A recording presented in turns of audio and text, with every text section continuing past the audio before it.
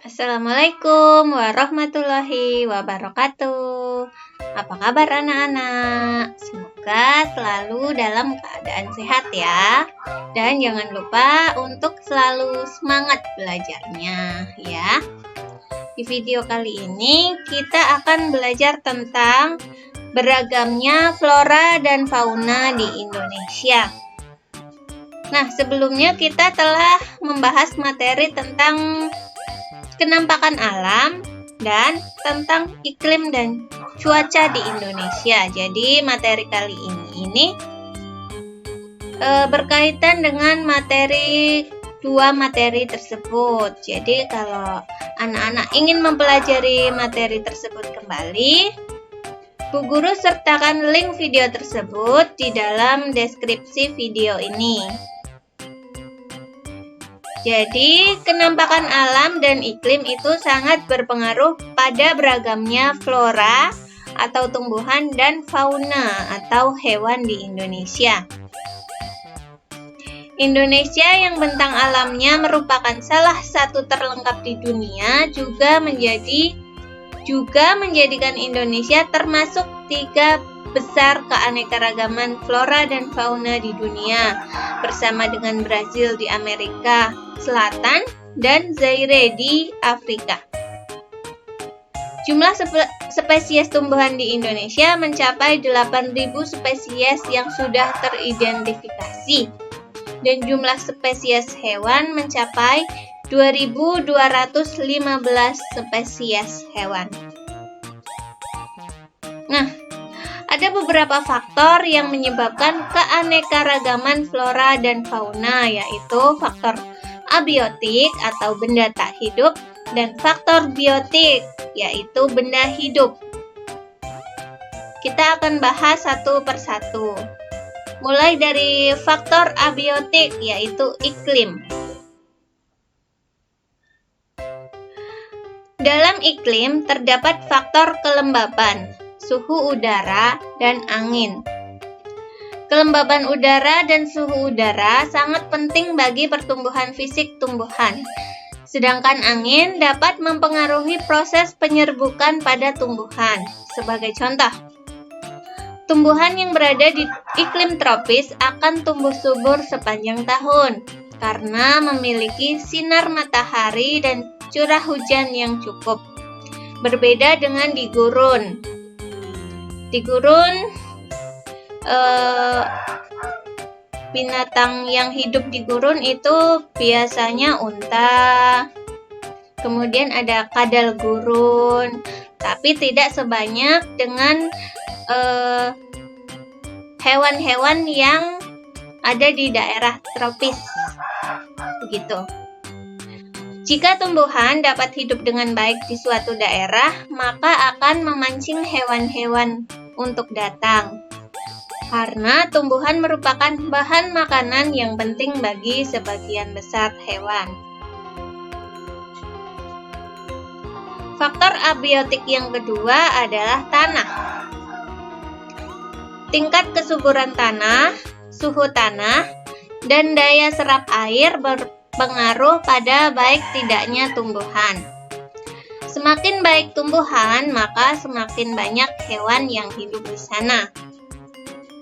Kemudian faktor abiotik yang ketiga adalah air.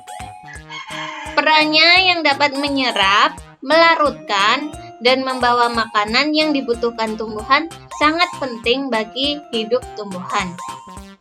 Flora yang ada di daerah dengan curah hujan yang rendah memiliki keanekaragaman yang juga rendah dibandingkan dengan daerah yang memiliki curah hujan yang tinggi. Kemudian faktor biotik, yaitu yang pertama manusia. Manusia dengan ilmu dan pengetahuan serta teknologi yang dimilikinya dapat mengembangkan varietas atau jenis-jenis flora dan fauna baru. Begitu juga dengan tingkat mobilitasnya atau pergerakan. Manusia bisa membawa dan menyebarkan flora dan fauna dari daerah satu dengan yang lain. Misalnya, tumbuhan yang khas dari Kalimantan, bunga-bunga anggrek, bisa dibawa ke Jawa oleh manusia. Di sisi lain, manusia juga mempengaruhi keberlangsungan hidup flora dan fauna. Pembangunan rumah, pembukaan lahan, penebangan besar-besaran, perburuan liar, serta pencemaran lingkungan adalah contoh perilaku dan sikap manusia yang bisa mengancam keberadaan dan keberlangsungan hidup flora dan fauna.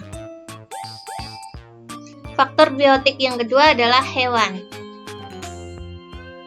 Faktor biotik selain manusia adalah hewan dan tumbuhan itu sendiri. Hewan dan tumbuhan juga dapat mempengaruhi keberagaman flora dan fauna. Misalnya, dilihat dari rantai makanan dan sistem penyerbukannya. Iklim, kenampakan alam, serta kekayaan flora dan fauna yang dimiliki bangsa Indonesia harus dimanfaatkan secara bertanggung jawab.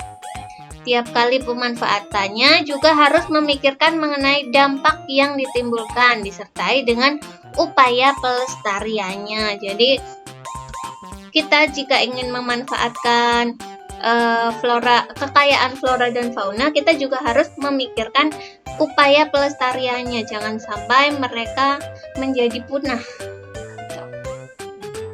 Kita tidak boleh memanfaatkan kekayaan potensi alam yang dimiliki Indonesia secara sembarangan. Ada sebagian kekayaan alam yang tidak dapat diperbarui.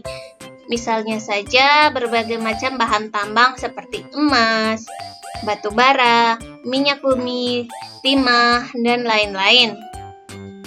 Kita tidak boleh menebang pohon dan membakar hutan secara tidak bertanggung jawab.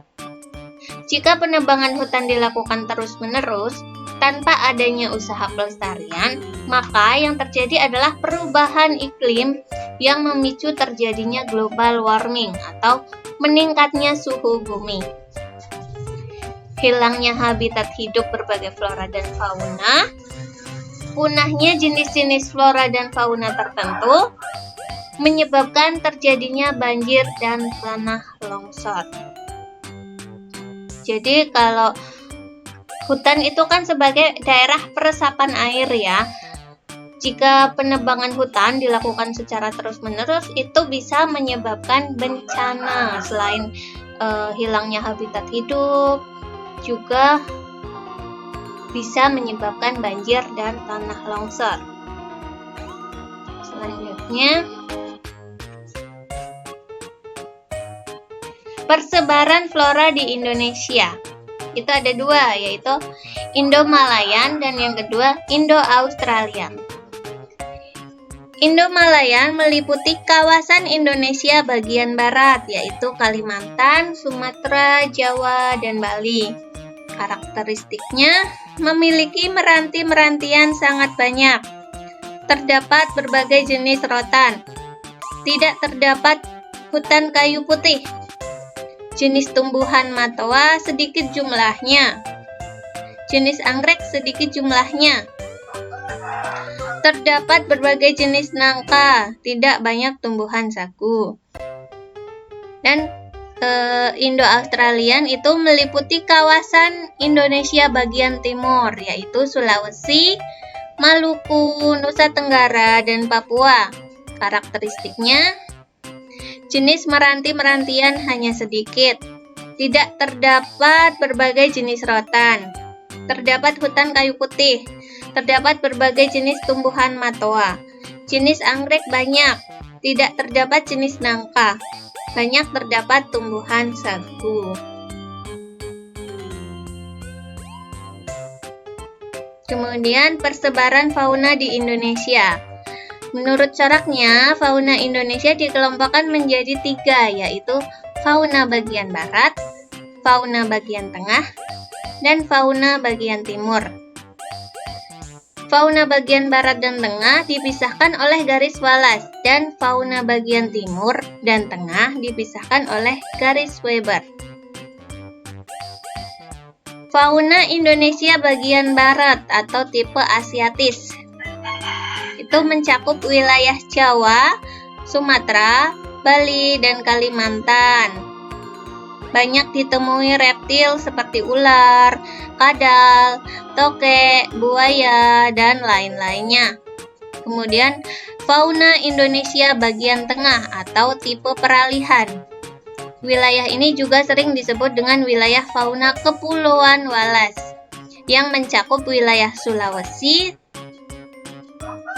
Timor, Maluku, dan Nusa Tenggara, serta sejumlah pulau-pulau kecil di sekitarnya. Kemudian, fauna Indonesia bagian timur atau tipe Australik. Itu mencakup wilayah Halmahera, Papua, dan Kepulauan Aru. Mamalia yang banyak ditemui di wilayah ini antara lain beruang, kanguru, walabi, landak irian, kuskus, dan lain-lain. Kesimpulannya, faktor yang menyebabkan keanekaragaman flora dan fauna itu ada dua, yaitu faktor abiotik, faktor benda tak hidup, dan yang kedua adalah faktor biotik, faktor benda hidup. Demikian penjelasan dari Bu Guru.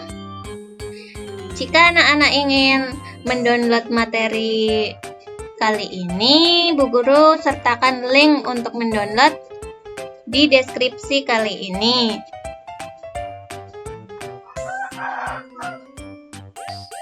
Demikian, semoga bermanfaat. Sampai jumpa di video Bu Guru selanjutnya. Wassalamualaikum warahmatullahi wabarakatuh.